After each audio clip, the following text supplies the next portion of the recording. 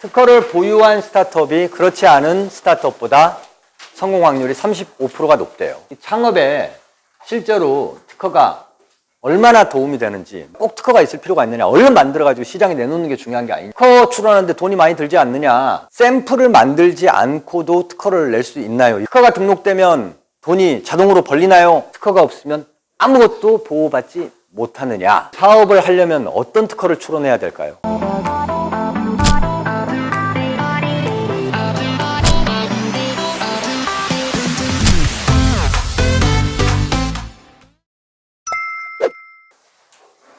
특허를 보유한 스타트업이 그렇지 않은 스타트업보다 성공 확률이 35%가 높대요.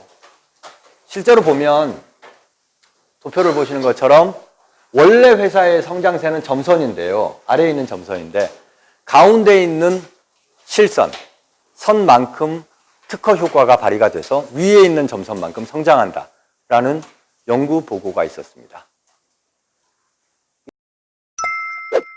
이 창업에 실제로 특허가 얼마나 도움이 되는지 물어보시는 분들이 상당히 많은데요. 외부적으로 도움이 되는 요인하고 내부적으로 도움이 되는 요인하고 두 가지를 나눠서 생각해 봐야 됩니다. 첫 번째, 외부적으로 도움이 되는 요인은 실제로 도움이 됩니다.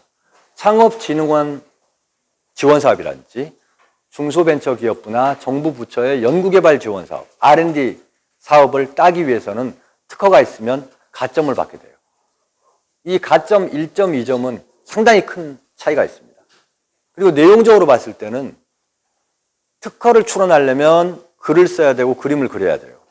글과 그림을 통해 가지고 내가 하려는 제품이나 사업의 특징을 정리를 하다 보면 이것이 기본 자료가 돼 가지고 나중에 사업 계획서 쓸 때 큰 도움이 된다는 겁니다. 그리고 이제 스타트업은 속도 아니냐, 그러니까 꼭 특허가 있을 필요가 있느냐, 얼른 만들어 가지고 시장에 내놓는 게 중요한 게 아니냐라고 물어보시는 분들이 많은데, 맞습니다. 특허가 만능은 아니에요. 그러니까 특허가 있다 그래서 모든 걸 다 보호하는 건 아닌데, 내가 공들여 가지고 스타트업 사업을 통해 가지고 완전히 새로운 어떤 제품이나 서비스를 내놨는데 특허 없이, 근데 누가 똑같이 만들어 가지고 먼저 특허 등록을 받아버렸어요. 그러면 내가 만들고 개발해 놓고 나는 못 파는 거예요. 상표권에 비슷한 예가 있습니다. 여러분들 수프림 좋아하시죠? 수프림 같은 경우는 한국에 대리점이 없어요. 왜냐하면 훨씬 전에 수프림이라는 상표권을 한국에서 등록받았고요. 짝퉁이 아니라 그냥 그 단어를 등록을 받았어요. 그러니까 미국의 유명한 스포츠 브랜드 수프림이 한국에는 공식적으로는 진출을 못해요. 상표권 위반이니까. 특허 출원하는데 돈이 많이 들지 않느냐 그러는데요. 많이 듭니다. 출원해서 등록받는 데까지 아무리 못해도 300만 원 들거든요. 근데 그 300만 원을 내 돈으로 다 내지 않고도 특허를 출원할 수 있는 방법이 있다는 거예요. 생각보다 특허와 관련돼서는 정부에서 지원 사업이 굉장히 잘 되어 있어요. 그 대표적인 게 바로 지역지식재산센터 ripc.org 사이트에 가시면 국내 특허 출원이라든지 해외 특허 출원에 대해서 상당히 많은 비용을 지원하고 있습니다. 그래서 출원 단계에서는 거의 내 돈을 안 들이고 출원할 수 있는 지원 사업을 활용할 수가 있다. 여기가 바로 ripc.org 지역지식재산센터 통합 사이트입니다. 샘플을 만들지 않고도 특허를 낼 수 있나요? 이런 질문을 굉장히 많이 해요. 그래서 이제 예를 들면 어떤 사람이 제품화, 상품을 개발하고 있어. 그런데 특허 출원했냐? 라고 물어보면 아직 샘플이 안 나와서 아직 특허를 못 내는데 이런 사람들이 굉장히 많거든요. 중요한 사실입니다. 특허를 출원할 때 물건이 있어야 된다. 그럴 필요가 없습니다. 한 10년 전까지 미국의 경우에는 물건이 필요했어요. 왜냐하면 미국은 선발명주의였어요. 먼저 발명한 사람에게 권리를 주는 제도였기 때문에 물건을 보여줘야 돼. 사진을 찍어가지고. 근데 한국이나 나머지 나라들은 선출원주의입니다. 출원. 원서를 낸다라는 거예요. 즉, 서류만 잘 쓰면 출원을 할 수 있다. 출원을 하면 서류를 통해 가지고 이것이 구현 가능한 것인지 신규성이 있고 진보성이 있는지를 판단해 가지고 특허성이 있는지만 판단하고 결정을 내리는 게 바로 특허입니다. 그러니까 좋고 나쁜 것을 의미하는 건 아니에요. 새롭냐 안 새롭냐, 그리고 기존에 있었던 거에 비해서 보다 진보하느냐 안 하느냐라는 걸 가지고 판단하는 겁니다. 그래서 특허는 기본적으로 내가 만들려고 하는 물건이나 방법들을 글과 그림으로 그리면 돼요. 물건일 경우에는 그냥 물건의 그림을 그리면 되고요. 물건이 아닌 방법인 경우에는 구성도와 흐름도를 통해 가지고 자세히 내가 구현하고자 하는 방법을 설명하면 됩니다.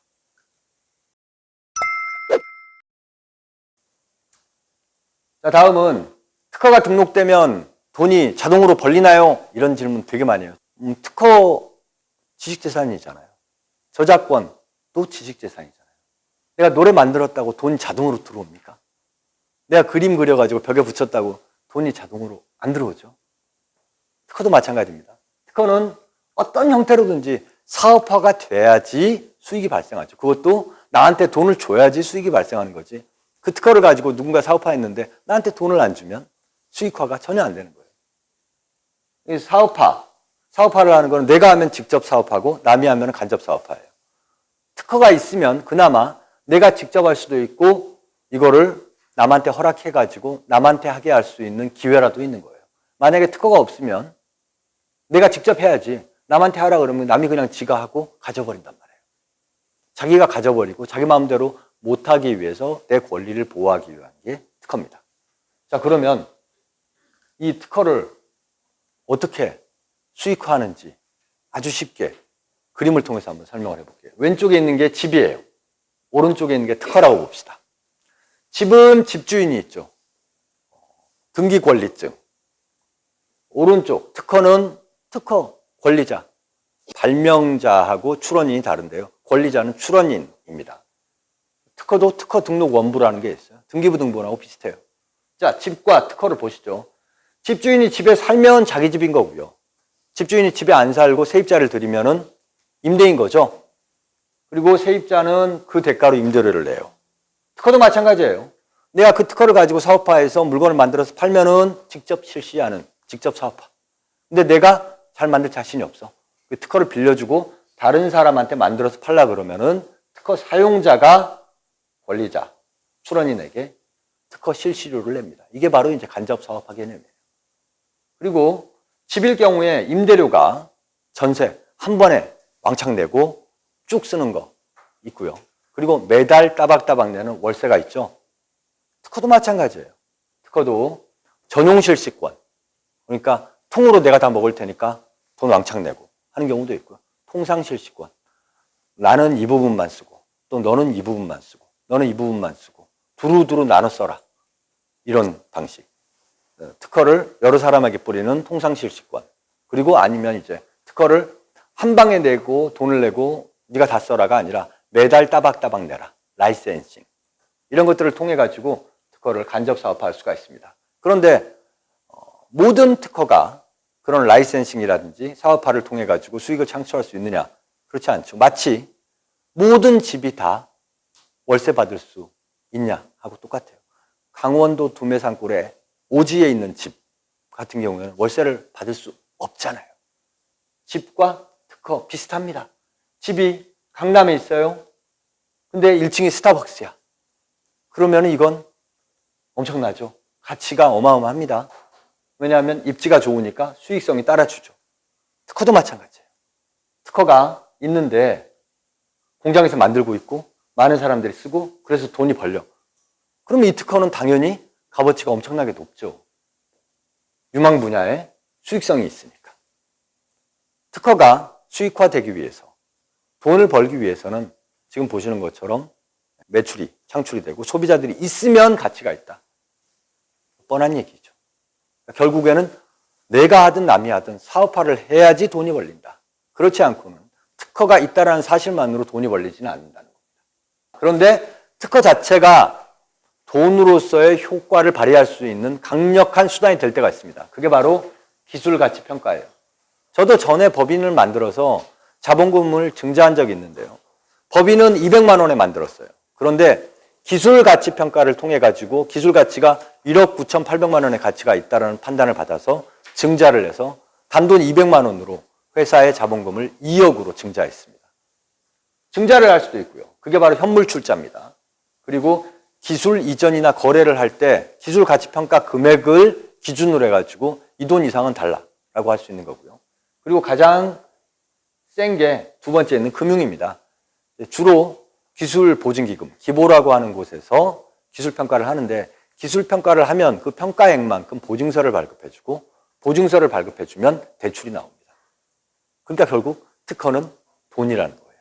물론 갚아야 되지만. 자, 특허가 있으면 기술이라든지 그 형태를 보호받는다 그랬어요. 그러면 특허가 없으면 아무것도 보호받지 못하느냐라는 질문에 대한 대답이에요. 특허가 없더라도 보호받을 수 있는 기댈 언덕이 있기는 있습니다. 두 가지 정도가 떠오르는데요. 첫 번째는 저작권이에요. 형태가 되게 특이해.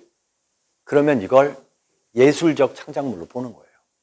그러니까 예를 들면 까르띠에 시계라든지 이런 것들은 디자인 등록을 물론 받았지만 까르띠에 시계의 요소 중에서 어떤 거는 디자인 등록을 받았을 거고 어떤 거는 안 받았을 수도 있는 거예요. 근데 그걸 그대로 따라해가지고 다른 시계에서 썼어.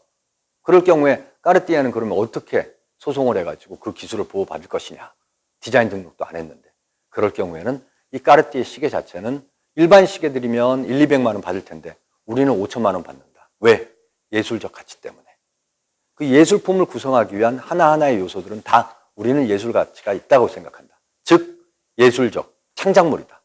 그래서 이 요소는 예술적 가치를 보호하기 위한 저작권 보호가 가능하다.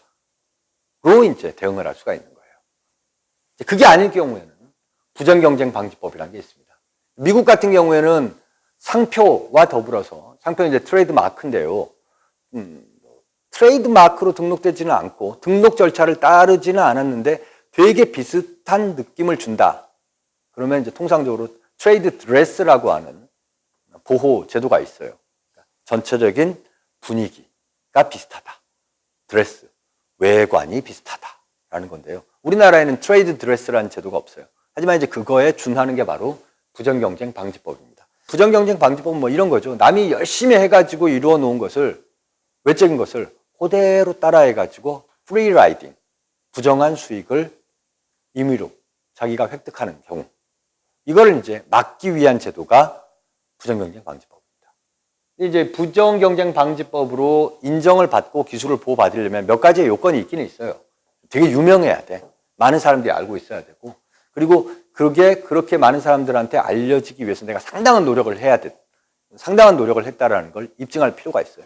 그리고 이제 그 상대방이 내 거를 외관을 그대로 따라했다라는 걸 입증해야 되고요. 그 사람들이 또 그걸 통해 가지고 부정한 수입을 얻었다라는 걸 입증해야 되는 몇 가지의 절차가 있기는 합니다만 그래도 특허라든지 디자인, 상표권으로 보호받지 못한 내 제품, 내 상품의 독특한 특징을 누군가 따라했다면 마지막으로 기댈 언덕이 바로 부정경쟁 방지법이다라는 거예요.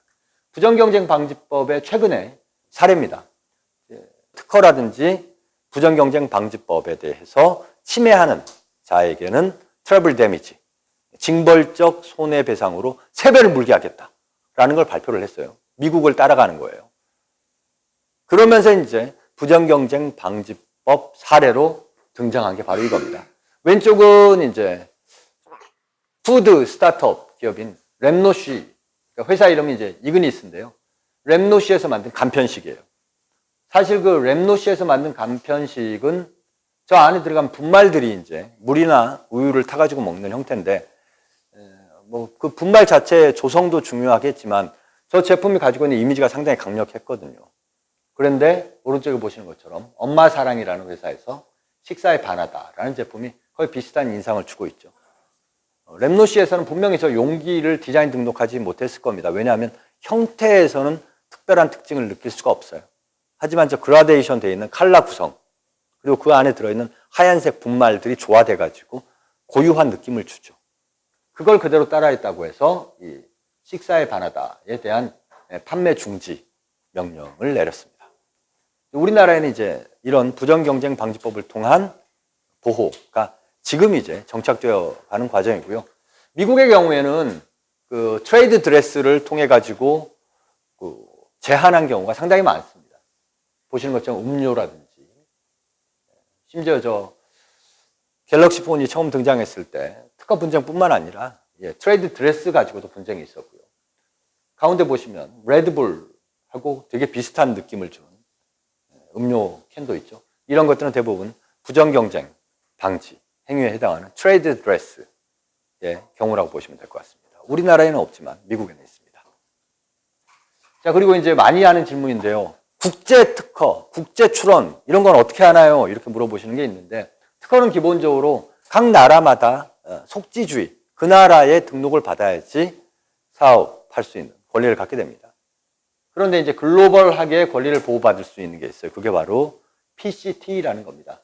PCT는 이제 파리 조약이라고 이야기하는데요. 글로벌하게 와이포라고 하는 세계 IP 기구에서 지정한 제도예요. 그래서 원래 출원했던 나라, 그러니까 우리나라면 한국에 출원한 원 출원일로부터 1년 이내에 PCT 출원을 하면 그 한국에 원래 출원했던 그 날짜를 원 출원일로 보호해서 다른 나라에서 출원을 하더라도 그 나라에서 심사를 받을 때 원 출원일 기준으로 심사해 주겠다라는 얘기예요. 그러니까 뭐 한국 특허가 전 세계적으로 다 보호받게 해주는 제도가 아니라 한국에 출원한 날짜를 기준으로 다른 나라에서도 심사를 받을 수 있게 해주겠다. 그러니까 좀 바꿔 말하면 만약에 네가 한국에서 등록되면 딴 나라에서도 등록될 가능성이 높겠지 정도입니다. 다른 나라에서도 권리를 갖게 된다는 당연한 이야기는 아니라는 거예요. 특허는 R&D, 그러니까 연구개발을 한 결과물이어야만 하는가? 예전에는 그런 인식이 있었어요. 그런데 지금은 특허는 R&D의 결과물이기도 하지만 어떨 때는 R&D의 선행에서 특허가 이루어지는 경우도 있어요. 그러니까 이제 아래 보신 도표가 아이디에이션에서 리얼라이즈까지, 릴리즈까지 벌어지는 일련의 제품이나 서비스의 라이프 사이클인데, 아이디어 단계에서 특허를 출원할 수도 있다. 비즈니스 모델이라면. 그리고 물건 발명일 경우에도 아이디어 단계에서 출원할 수 있는 거예요. 그렇게 아이디어 단계에서 출원을 하고 그것을 구현해가는 과정에서 수정할 수 있다. 수정하면서 특허를 계속해서 보완하거나 또 새로 출원할 수 있는 것. 이게 바로 이제 피봇 전략이에요.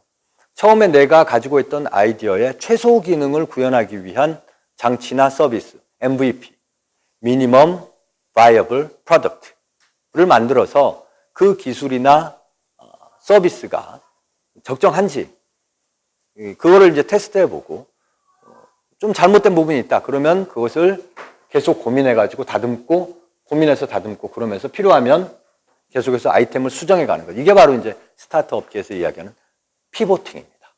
피보팅은 상당히 중요합니다. 유명한 글로벌 스타트업 중에서 원래 생각했던 비즈니스 모델하고 다른 걸로 대박이 난 경우가 많아요. 피보팅입니다. 뭐든지 사전 조사를 많이 하면 결과가 좋아지게 돼 있어요. 좋은 특허를 가지려면 선행기술 조사를 많이 하고 자세히 해보는 게 좋습니다. 선행기술 조사를 하기 위한 게 바로 키프리스고요. 그 키프리스에 들어가면 검색창에 내가 원하는 키워드를 넣고 더 상세하게 찾아보려면 항목별 상세 검색을 눌러가지고 여러 검색창에 단어들을 교차적으로 넣어서 검색을 해서 지금 보시는 것처럼 이렇게 리스트가 뜨고요. 그 리스트 중에서 하나를 선택해가지고 그 특허 전문을 볼 수가 있는데, 전문을 보더라도 가장 중요하게 눈여겨봐야 될 건 청구항이다. 청구항 중에서 바로 1항이 그 특허의 요체다라는 겁니다. 그 1항에 있는 각각의 패러그랩에서 마지막에 있는 명사형들이 특허의 구성 요소다라고 생각을 하시고, 그 구성 요소들을 하나하나 면밀히 분석해서 이 특허가 어떤 내용인지, 어떤 권리로 보호받고 있는지를 판단하셔야 돼요. 저거를 도면화하면은 이런 식입니다. 결국 거기에 써져 있는 모든 내용이 그 특허의 권리가 아니고 거기 써져 있는 모든 내용들이 결합된 결과물이 특허의 권리 범위다. 따지면 생각보다 특허 권리 범위가 작은 특허들도 상당히 많다라는 거죠. 많이 쓰고 특허 요소가 많고 장황하게 써져 있는 특허는 보시는 것처럼 그 특허의 권리 범위는 점점 좁아지게 되어 있습니다.